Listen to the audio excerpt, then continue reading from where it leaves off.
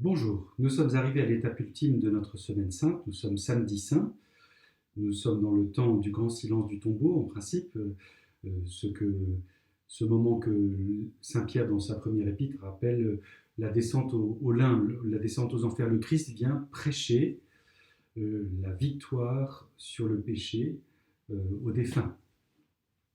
Mais nous lisons, nous, les dernières paroles du Christ en croix, avec un peu de retard par rapport au timing liturgique, euh, qui sont dans l'évangile de Saint Luc. Au nom du Père et du Fils et du Saint-Esprit. Amen. Viens, Esprit Saint, remplis le cœur de tes fidèles et allume en eux le feu de ton amour. Envoie ton esprit et tout sera créé, tu renouvelleras la face de la terre. Prions. Seigneur notre Dieu, par l'illumination du Saint-Esprit, tu as instruit le cœur de tes fidèles. Rends-nous dociles à ton esprit pour apprécier ce qui est juste et donne-nous d'éprouver toujours le réconfort de sa présence. Par Jésus le Christ, notre Seigneur. Amen. Hier donc, nous lisions les dernières paroles du Christ chez Saint Jean, cet appel de notre Seigneur Jésus, « J'ai soif ». Et Saint Jean terminait l'évocation de la mort de Jésus en disant « Et il remit l'esprit », ce qui se traduit en latin « tradidit spiritum », c'est la même racine que tradition, transmission, transmettre. Dans un raccourci étonnant, Jean nous montrait comment Jésus remettait à la fois l'esprit à son Père et transmettait l'esprit, sa vie, à Marie et aux disciples bien-aimés.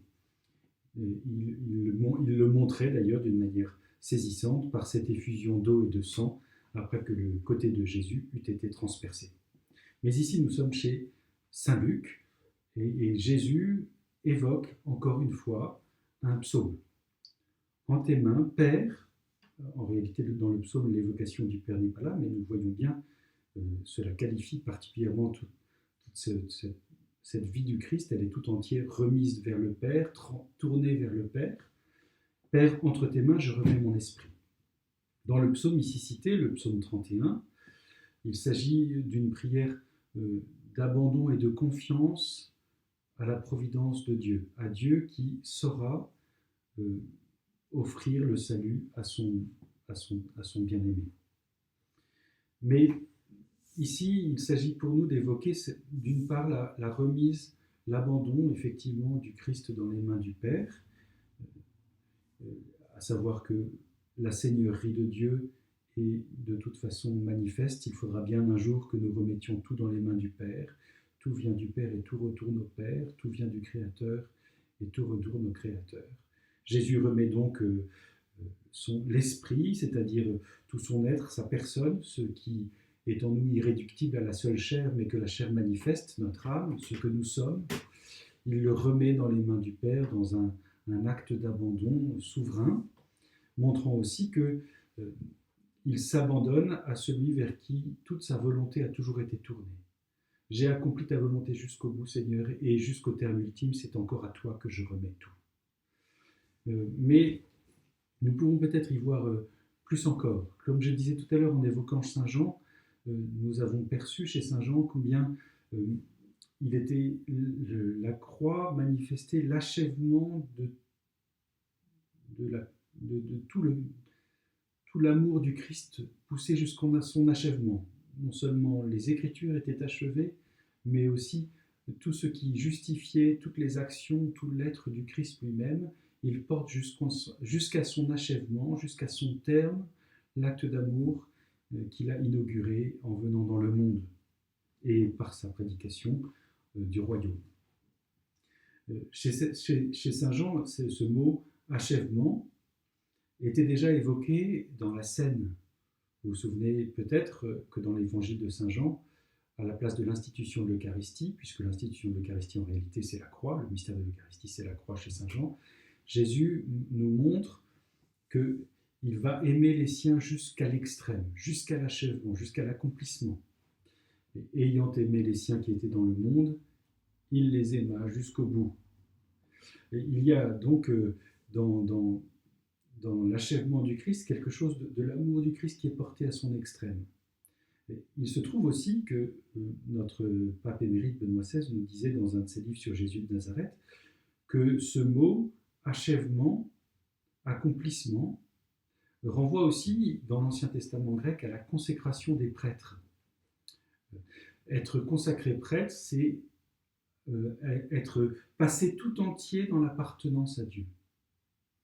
C'est le propre du sacerdoce que de consacrer sa vie soit à la louange de Dieu, à son ministère qui est à la fois louange de Dieu et service des hommes.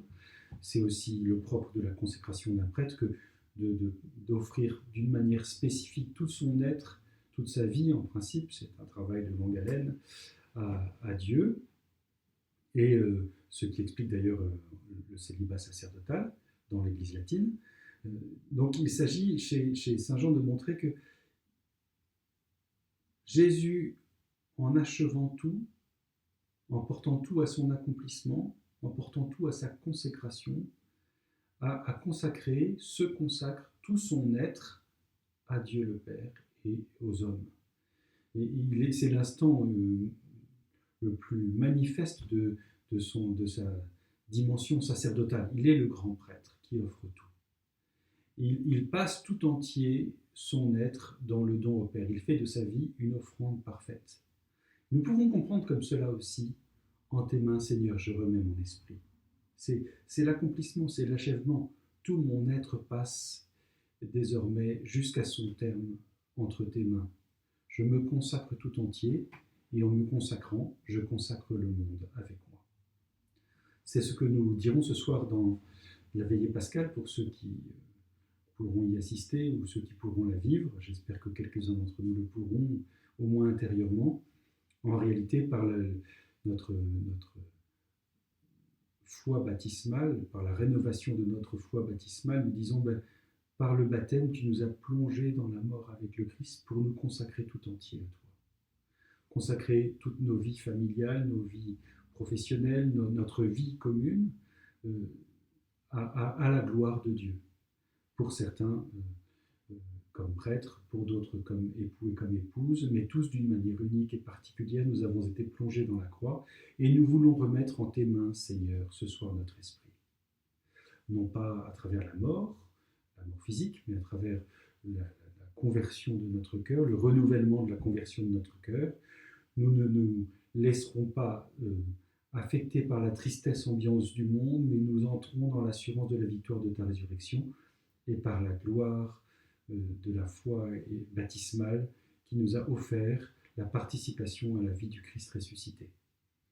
Entre tes mains, Seigneur, ce soir et demain, nous remettons tout entier notre esprit, parce que tu es l'âme de notre âme, tu es la raison de notre vie chrétienne, tu es le tout de notre vie, exprimé dans chacune des particularités de notre existence, par un désir d'aimer plus.